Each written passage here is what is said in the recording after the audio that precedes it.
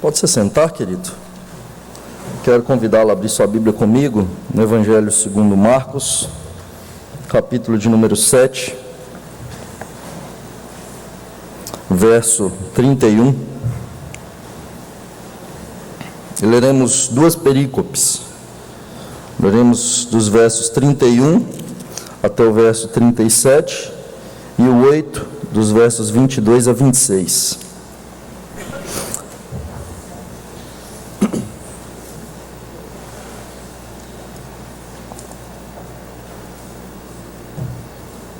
Diz assim a palavra do Senhor: De novo se retirou das terras de Tiro e foi por Sidom até o mar da Galileia, através do território de Decápolis. Então lhe trouxeram um surdo e gago e lhe suplicaram que impusesse as mãos sobre ele. Jesus, tirando-o da multidão à parte, pôs-lhe os dedos nos ouvidos e lhe tocou a língua com saliva. Depois, erguendo os olhos ao céu, suspirou e disse: Efatá, que quer dizer, abre-te. Abriram-se-lhes os ouvidos, e logo se lhe soltou o empecilho da língua, e falava desembaraçadamente. Mas lhes ordenou que a ninguém o dissessem. Contudo, quanto mais recomendava, tanto mais eles o divulgavam. Maravilhavam-se sobremaneira, dizendo: Tudo ele tem feito esplendidamente bem. Não somente faz ouvir os surdos, como falar os mudos. 8:22. Então chegaram a Betsaida e lhe trouxeram um cego, rogando-lhe que o tocasse.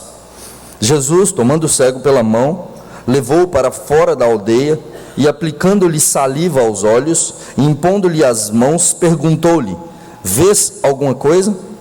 Este, recobrando a vista, respondeu: Vejo os homens, porque como árvores os vejo andando.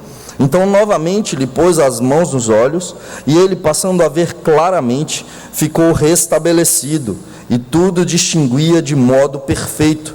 E mandou Jesus embora para casa, recomendando-lhe: Não entres na aldeia.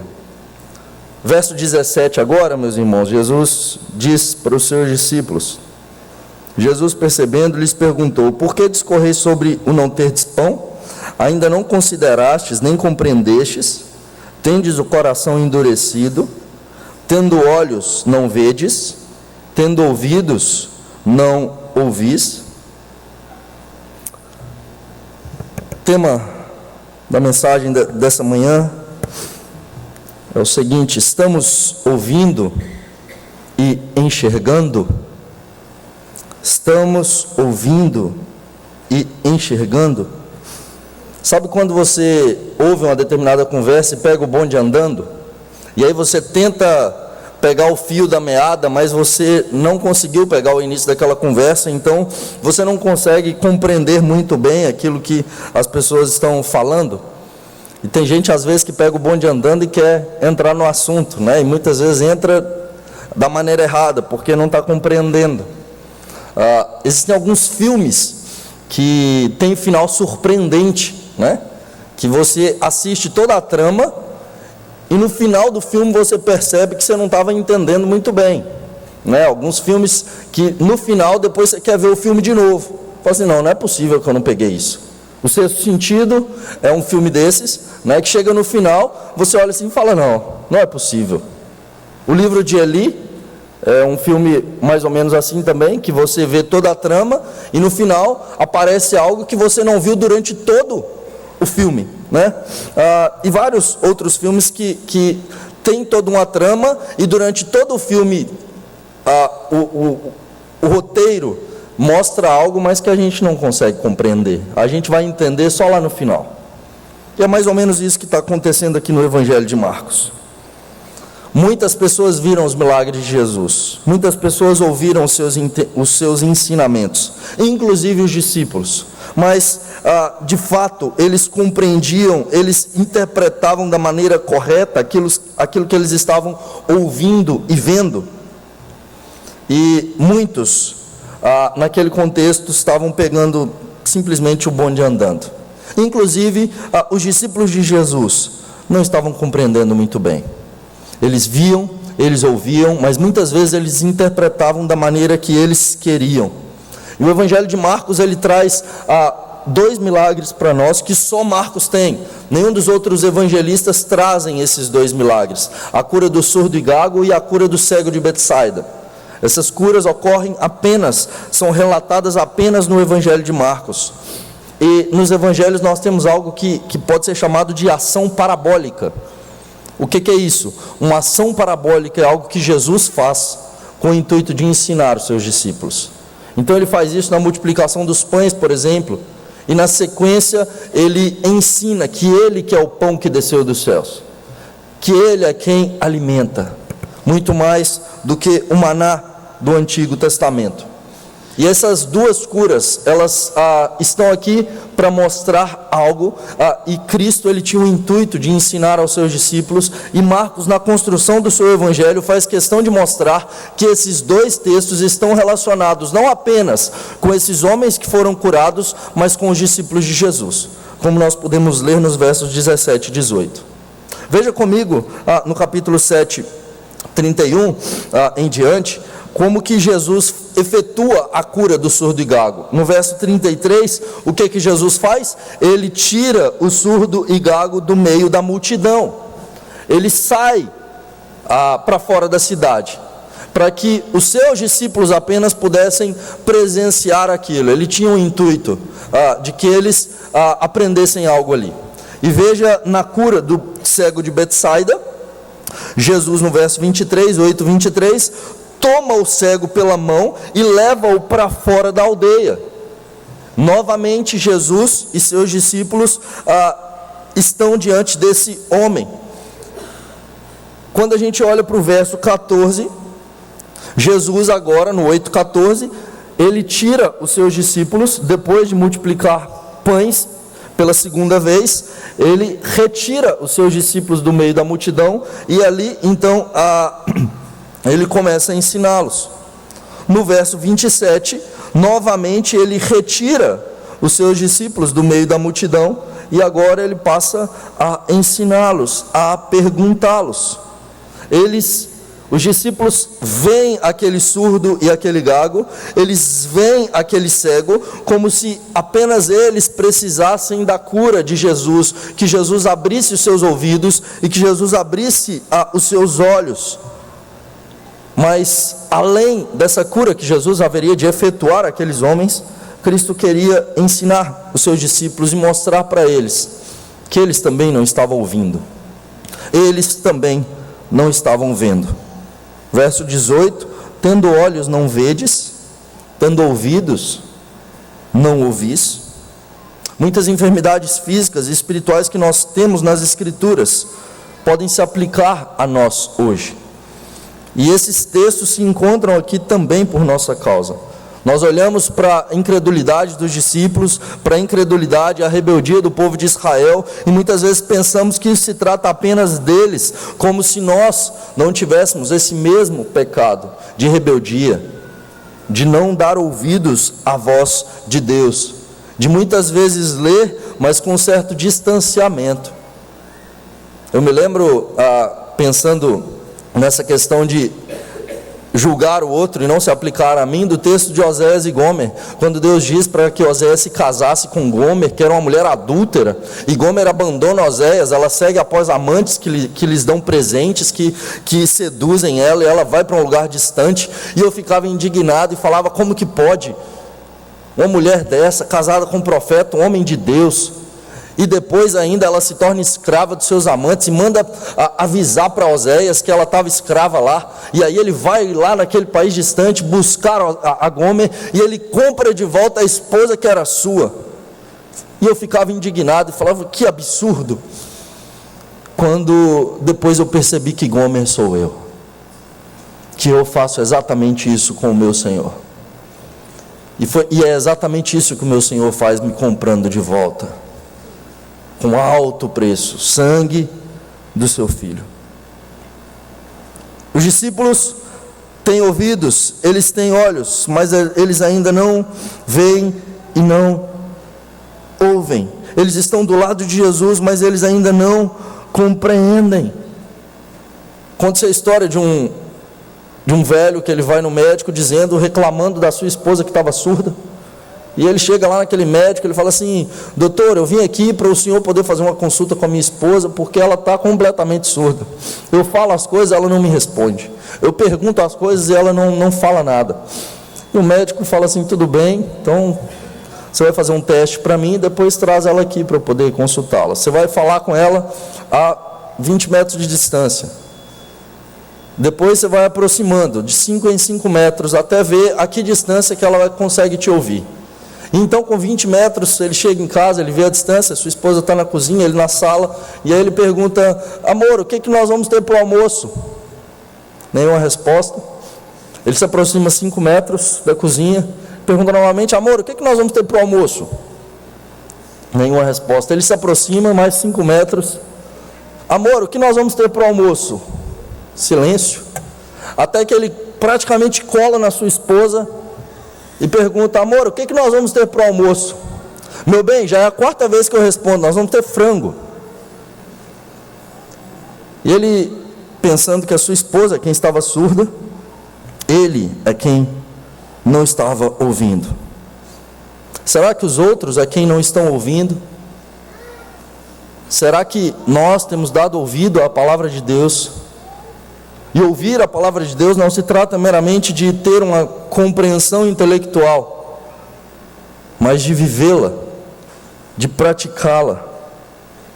Será que nós estamos surdos para a palavra, tendo nosso coração endurecido? E a palavra constantemente diz para nós: aquele que tem ouvidos, ouça. O texto da cura do cego de Betsaida sempre me incomodou muito na Bíblia, porque eu não entendia por que esse texto estava aqui. E confesso que por muito tempo eu não preguei esse texto porque eu não entendia. Falei: mas como que Jesus cura um cego em 2 etapas? O poder de Jesus aqui falhou? Será que, na hora que ele chegou lá, foi curar o cego, poder ali, sabe, não foi muito? Ou, como algumas igrejas neopentecostais hoje, o problema não está em quem está curando, mas faltou fé naquele que estava sendo curado, O cego creu ali, mas creu só pela metade. E aí na segunda a fé dele pegou no tranco, e aí ele foi curado.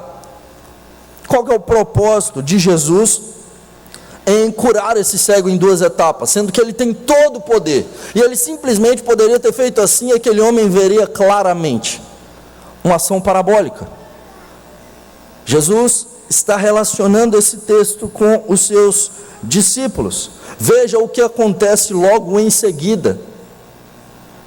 Jesus pergunta para os seus discípulos: vocês estão vendo claramente quem a multidão diz que eu sou? E eles dizem: João Batista, Elias, algum dos profetas. E vocês? Quem vocês dizem que eu sou? E Pedro então responde: tu és o Cristo. Você fala: pronto, está enxergando, ele está vendo quem é Jesus, ele compreende quem é Jesus. No verso 31, então Jesus passa a ensinar-lhes que era necessário que o Filho do Homem sofresse muitas coisas, fosse rejeitado pelos anciãos, pelos principais sacerdotes e pelos escribas, fosse morto e depois de 3 dias ressuscitasse. E isso ele expunha claramente. Mas seus discípulos compreendiam? Eles conseguiam ver claramente ou eles viam como árvores? Pedro chama Jesus à parte e fala: Jesus, bate na madeira, coisa negativa, ficar falando esse negócio que vai morrer, que vai apanhar. O Senhor é o Messias, o lugar do Senhor é o trono, o Senhor é cabeça, o Senhor não é cauda. Deus levantou o Senhor para poder se assentar no trono e nós em trono junto com o Senhor. Esse negócio de cruz, para de falar dessas coisas. O Senhor não está entendendo o propósito de Deus, o Senhor não está vendo. E o texto bíblico diz que Jesus repreende a Pedro: arreda Satanás, porque não cogitas das coisas de Deus, mas e sim das dos homens. Temos nós ouvido, estamos nós vendo, ou só aquilo que nos é conveniente, ou só aquilo que de fato é bom para nós, naquilo que me toca, naquilo que me tira da minha zona de conforto, eu simplesmente ignoro? Seja a doutrina dos dízimos, das ofertas, seja a questão de ter que pedir perdão, ou de ter que suportar o meu irmão em amor, naquilo que de fato me tira da minha zona de conforto, eu simplesmente ignoro, e vivo uma vida como se estivesse tudo ok. E Deus quer nos transformar para sermos exatamente conformes à imagem do seu Filho. Estamos ouvindo, por 3 vezes o Senhor Jesus explica aos seus discípulos o seu propósito e a sua missão, que Ele veio para tomar a cruz, que Ele veio para morrer. E ao longo do capítulo 8, capítulo 9 e o capítulo 10, Cristo explica isso para eles. No segundo momento, Ele novamente fala, no capítulo 9, verso 30, Ele explica que Ele seria entregue nas mãos dos homens, que Ele seria morto e ao terceiro dia Ele ressuscitaria. Verso 32, mas eles não compreendiam isso. Eles tanto não compreendiam que na sequência eles discutem entre si quem seria o maior no reino. Ah, mas eu serei o maior. Não, eu quem cuido da bolsa. Eu que sou o tesoureiro do grupo, diz Judas. O outro, não, eu que sou mais íntimo de Jesus. Nós aqui estamos aqui mais próximos dele. Eles não entendiam. Num terceiro momento, capítulo 10, pela terceira vez o Senhor Jesus prediz a sua morte e ressurreição, no verso 32, subindo para Jerusalém. E ele diz então que o Filho do Homem seria entregue nas mãos dos sacerdotes e escribas, seria morto e ressuscitaria ao terceiro dia. Na sequência, eles não entenderam. Tiago e João chamam Jesus à parte e dizem: Mestre, queremos que o Senhor nos conceda aquilo que vamos te pedir. O que vocês querem? Que um se assente à sua direita e outro à sua esquerda quando vieres no teu reino. A gente quer ser o ministro da Casa Civil e o ministro da Economia no seu reinado. Os outros aí o Senhor pode dar uns ministérios menores. Nós queremos ser os mais importantes. O que eles não entendiam é que o cálice que Jesus beberia, eles não iam querer provar. Vocês podem beber o cálice que eu hei de beber? Eles dizem: podemos. E ele diz: olha, aqueles que estarão à minha direita e outros à sua esquerda já estão preparados para eles. E ninguém gostaria de estar à direita e à esquerda de Jesus quando ele fosse levantado naquela cruz. Eles não entenderam, mas eles veriam claramente. Eles teriam seus olhos abertos. Nesse momento, Jesus chega em Jerusalém. Ele entra em Jerusalém. E poucos dias depois ele estaria crucificado. E ao terceiro dia ele ressuscitaria. E aqueles homens agora teriam seus olhos plenamente abertos. Eles não mais veriam como árvores. Eles não mais estariam surdos. Mas agora eles compreenderiam. E agora eles não iriam querer ser o maior no reino. Agora eles estariam dispostos a morrer por Cristo, a tomar a sua cruz, de modo que todos eles foram perseguidos e todos mortos, com exceção de João, que foi perseguido e só não foi morto porque Deus o livrou de uma bacia de azeite fervendo. Segundo a tradição, ele foi jogado lá dentro. Eles serviriam a outros mesmo que tivessem que sofrer por isso. E nós somos chamados, queridos, a ter os nossos olhos abertos. Quero concluir com a história de uma mulher que, com 8 meses de idade, ficou cega. Fanny Crosby, e uma grande poetisa, que aos 9 anos de idade ela decidiu que a sua cegueira não seria motivo para que ela vivesse murmurando. Então ela passa a compor canções para adorar a Deus, cega fisicamente, mas que teve os seus olhos abertos pelo Senhor. E essa mulher então recebe uma amiga em casa, Phoebe, que havia escrito uma melodia, e ela, depois de ouvir aquela melodia, ela escreve a seguinte canção: que segurança tenho em Jesus, pois nele gozo paz, vida e luz. Com Cristo herdeiro, Deus me aceitou mediante o Filho que me salvou. Conta essa história cantando assim: Cristo na cruz foi morto por mim.